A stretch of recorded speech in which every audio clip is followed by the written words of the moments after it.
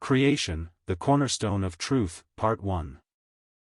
Creation, the Cornerstone of Truth, Part 1. Stan F. Vaininger. Mr. Stan F. Vaininger is a teacher at Victory Christian School, St. Louis, Missouri, and fellowships at Southside Bible Chapel. We sincerely appreciate this first of a two-part study on creation. Some of our readers will recognize his name relative to his numerous book reviews which have appeared in the magazine. Unique. The doctrine of creation is unique to the biblical worldview. It is not commonly known that virtually every major worldview, philosophy or religion, denies that creation has occurred. The two extremes of monism and materialism provide good examples. All in one. Monism is simply the view that the only true reality is God. As strange as this view may seem to most Western minds, it is foundational to most Eastern religions, occult philosophies, and New Age groups. God is the only true reality. Everything that really exists is part and parcel of God. God is seen as being pure spirit and the material realm is regarded as being non-existent and illusionary. Man's soul or spirit is seen as an emanation from God or an extension of God's essential being, and thus in most forms of monism, man's individuality is also seen as illusionary. A commonly heard catchphrase of this kind of view is, "All is one," where the one refers to the one true reality of God. For materialism, which is an important tenet of such views as humanism, evolutionism, and atheism, only the physical realm is real, the spiritual realm is illusionary, and belief in God is regarded as being on the same level as superstition. For monism, only God exists and the material realm is illusionary. For materialism, only matter exists and the spiritual realm is non-existent. As opposite as these two views of reality seem to be, they have one crucial factor in common: both deny that creation has occurred.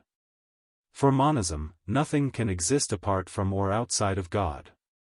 For materialism, nothing can exist apart from or outside of the physical universe, which is a self-existent entity. In either case, no distinction is allowed between a creator and a created order. For both views there is a continuity to all existence. Everything that exists is of the same essence or substance. The biblical view. Genesis 1 forces us to recognize that there are two very different kinds of existence. The language is so clear and explicit that we are forced to recognize a radical discontinuity between the self-existent Creator God and the created order. In view of the uniqueness of this teaching, we should not be surprised to discover that this view of reality is foundational for many other important biblical doctrines. We will show, in fact, that the basic truths concerning creation are essential to an understanding of who God is, who man is, what sin is, what happened at the Incarnation, and the doctrines of resurrection and redemption. The Creator God. The creation account of Genesis 1 forces us to recognize that there is a fundamental difference between God and man. In the Old Testament, the prominent attribute of the Lord is that unique and unrivaled power that has created and sustains the universe and its inhabitants, Psalm 104. The Lord often speaks of himself as Creator in order to make more explicit his identity and to give greater authority to what is being proclaimed. See for example is 40:18-28 and Jeremiah 10 verses 11-16. In these and other passages we learn that the Lord is not like the gods worshipped by the pagans. The uniqueness of Yahweh is centered around the fact that He and He alone is the Creator. In the image of God. Simply because God is Creator and man is creature, man is utterly different from God. Yet we also learn from Scripture that man was made, in the image and after the likeness, of God, Genesis 1 verses 26 and 27. Man's spiritual dimension, his personality, his free agency, and his rational faculties such as logical thinking and speech could all be thought of as being included in the image and likeness of God. One likeness to God that man initially possessed at creation but later lost was his moral righteousness. Thus, because man is a creature, he is very different from God, yet, at the same time, man was created to be like God in many respects. If we do not maintain a proper balance between these two truths, both revealed in Genesis 1, we will have a distorted view of both God and man. The goodness of being human. In our zeal to emphasize the depravity of fallen man, we often neglect the very crucial teaching of Genesis 1 concerning the goodness of the created order and man. 6 times during the course of his creative activities, God declares his work to be good, and at the end of the 6th day, all is declared to be very good, Genesis 1 verse 31. Thus, the created realm, including man, is declared to be intrinsically good, simply in virtue of the fact that it is the creation of the Almighty and Sovereign God. This is in stark contrast to many non-biblical worldviews which, not having the insight provided by Genesis 1, see the material realm in general and the human body in particular as being inherently evil. If we understand Genesis 1 correctly, we must not include sin in our most basic definition of what man is. Man, in his natural, created condition, is not sinful. Sin is an unnatural intrusion into human nature. Sin.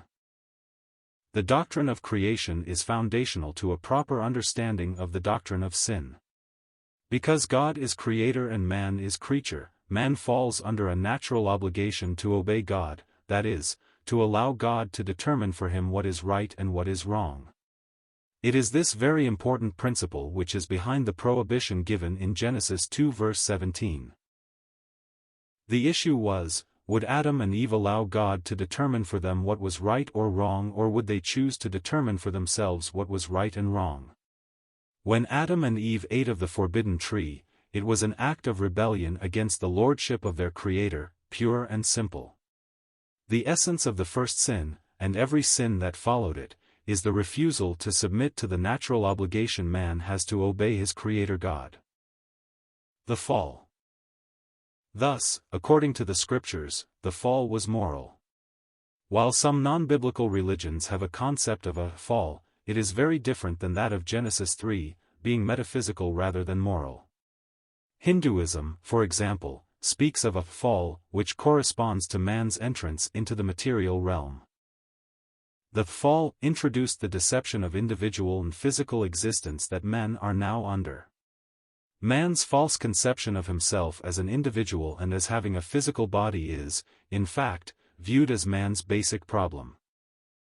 In contrast to this Hindu view of man, the creation account of Genesis 1 and 2 makes it clear that man was deliberately made by God as an individual person with both a spiritual and physical dimension, and that such an arrangement was good.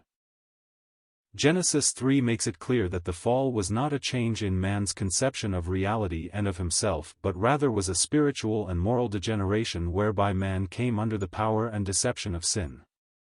Man's problem is not his humanness but his rebellion against God. It is this truth that non-biblical worldviews so desperately try to avoid or obscure.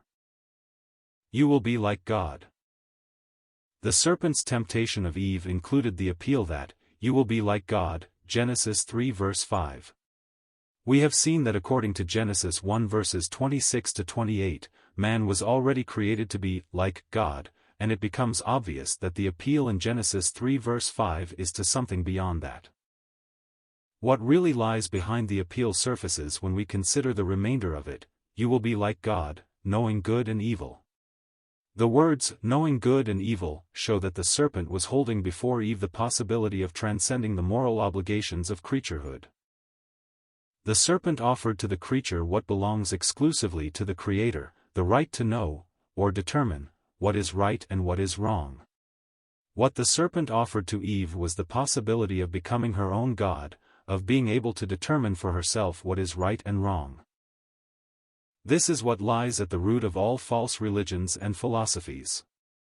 Whether man denies the existence of God or asserts his own deity, the end result is the same: man is free from any externally imposed moral absolutes.